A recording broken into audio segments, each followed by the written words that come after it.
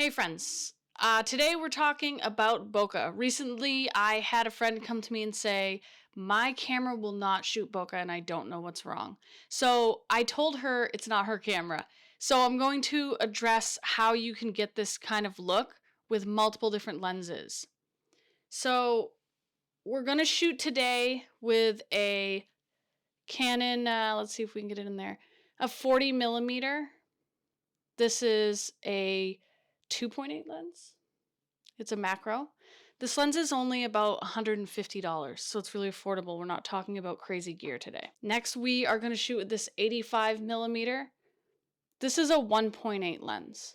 That lens is maybe $350. Lastly, we are going to shoot with this 24-105.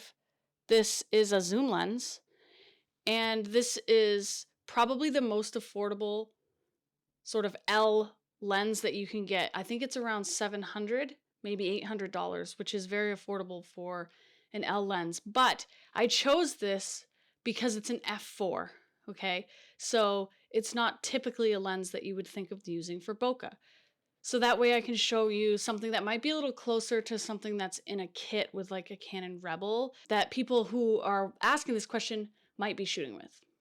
Okay, so the first thing that we want to think about before we get outside and start shooting are the elements that make up bokeh, right? So we're talking about light, distance from the subject, aperture, and focal length.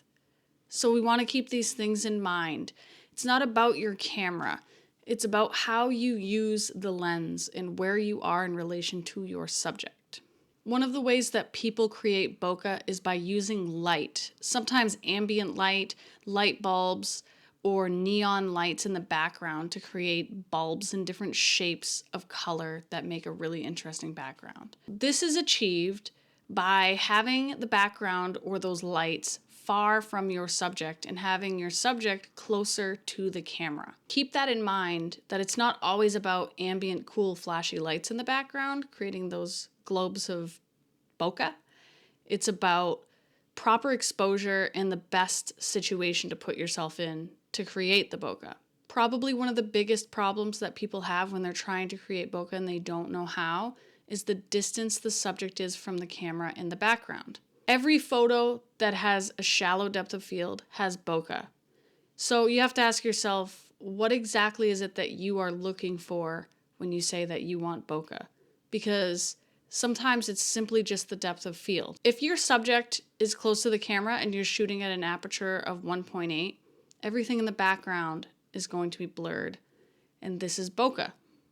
You can do this with an f4 lens, because if your background is far enough away from the subject and your lens is closer to the subject than the background, you will get a blurred background at that aperture.